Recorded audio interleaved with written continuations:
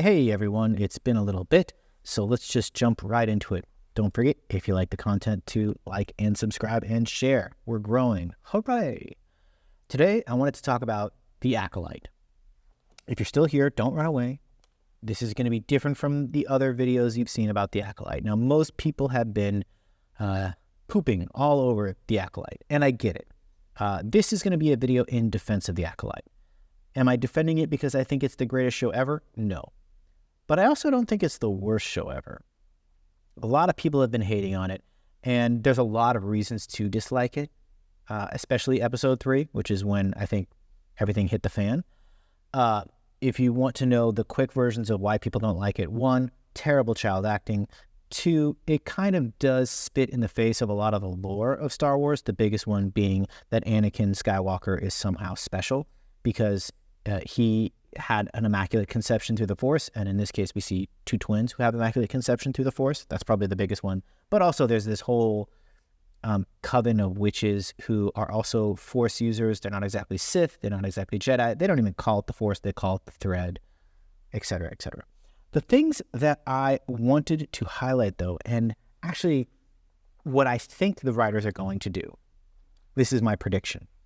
I could be wrong on it, but let me back up. So the things that I like is there's actually a lot in this that is true to the myth and the mythos behind the Jedi, particularly the idea of 2 and duality.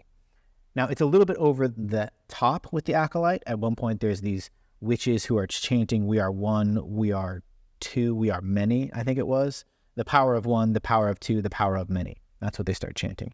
And it's sort of like, okay, I get it. Yes, 2, and 2 are greater than 1. But in general, Star Wars has a lot of myth around duality and twins. So, for example, the Sith itself, right? There is always 2, right? There's a master and someone who's being trained for the Sith. There's also 2 sides to the Force, the light and the dark. The Jedi, while there are lots of Jedi, also tend to have this kind of dual relationship between a master and a Padawan. Also, these are not the first twins that we've seen, obviously, right? Luke and Leia are twins. And these twins, though, seem to be opposites. The twins in the Acolyte, one is definitely drawn towards the Jedi, and one is drawn towards this group of witches, this coven, who practice something called the thread, or use the thread, and it's basically the Force. And the duality between these 2 twins, who are clearly being drawn in different directions, reminds me a lot of the inner turmoil between Anakin and Darth Vader, although obviously the same person, but Anakin kind of goes through this transformation, and Anakin and Darth Vader never get resolved. Or when they do get resolved, it is actually through Luke, right? And then Luke and Darth obviously have a kind of dual relationship. In fact, throughout most of the Star Wars movies, there's a kind of dual relationship between the good and the bad. And in The Acolyte, we see it between these 2 sisters. Now, because they were born with the immaculate conception of the Force, here's where I think the writers might be going. Where did the prophecy of Anakin being the one come from? I don't think that's ever really addressed. If it is addressed, it would be in the deeper, lore of the books, right? It's certainly not addressed in the movies that I'm aware of. Where did this prophecy come from? We know that there's this prophecy that there is one who will bring balance to the Force.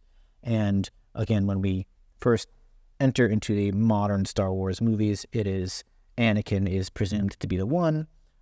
Then later it seems like he's not because he goes to the dark side, but then later Darth Vader does kill the Emperor, so maybe he was the one, but actually maybe he wasn't because it was Luke was the one, right, who finally brought balance to the Force. And then of course there's the newest ones with, Rey and all that. We're gonna ignore that. Let's pretend that didn't happen. The point is where did this prophecy come from? Why is there one who's going to bring balance to the Force?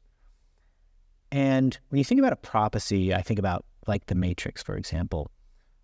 Often prophecies come from outside of the organization that adheres to the prophecy, right? So think about the Oracle in the Matrix, right? She was not one of the rebels in Zion. She was this outside entity looked at as like a godlike figure. who gave them the prophecy of Neo, the One. And here we have witches, and they clearly are powerful witches. They have the Force, and they even, through using the Force, through Immaculate Conception, created these twins, and these twins have conflict between them. And I almost wonder if, and I could see this being something that saves the series, if all of this entire series really just amounts to where the prophecy came from that predicted or suggested that there would be someone like Anakin Skywalker, also through Immaculate Conception of the Force, who would bring balance to the tension that is left between the twins in this show. Because don't forget, this whole series, I should have started this if you don't know, this whole series takes place a long time ago, before Anakin, hundreds of years before Anakin. They don't really say how much, but if I recall, it was in the hundreds. And the Jedi are really strong. They're an Imperial force, essentially. That's the other thing I actually like about this movie, is playing with the Jedi as sort of an Imperial force rather than, we know them as the rebels, as the good guys, as the ones who are fighting against, sort of a corruptive, strong, superior force. It's not to say that in this one they are corrupted, but they are certainly at the height of power, and so they are maintaining peace rather than having to fight for it. And that's an interesting look at them, because in that maintaining of peace, it does come off like they are seen by others as a kind of imperial or oppressive force. Think, a sort of modern defend the police kind of, defund the Jedi kind of lens. But anyways, the real point is, I want to believe that this is where they're going, that this is where this series will end up telling us where the prophecy comes from. And if it does, I think that redeems a lot. If not, is there a lot to hate about this show and this series? Sure, there is. Is it the worst series ever? No.